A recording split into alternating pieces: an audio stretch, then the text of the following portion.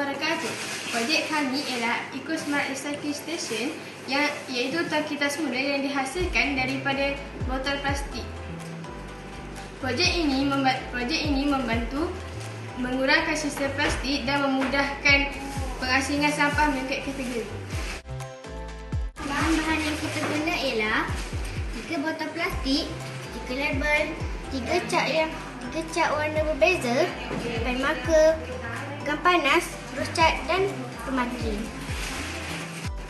Mula-mula kami melakarkan lubang pada botol ini, lalu kami memotong botol ini menggunakan pematri.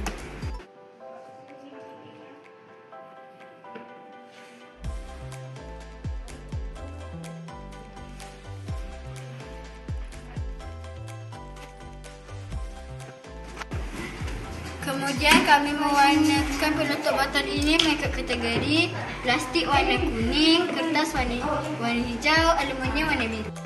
Begitu juga dengan kertas ini mengikut label.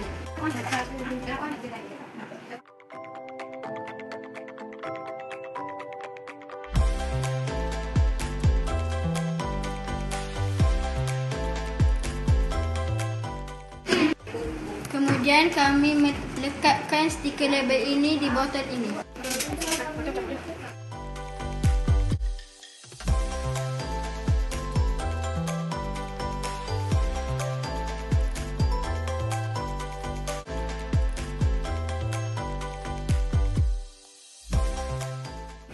Akhir sekali kami gamkan ketiga-tiga botol ini sebelah menyebelah.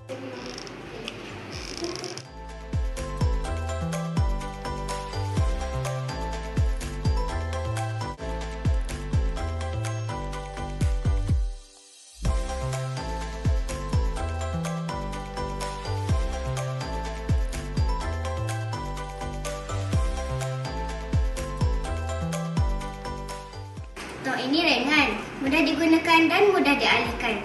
Kami berharap projek ini dapat menggalakkan amalan kita semula demi menjaga alam sekitar. Terima kasih.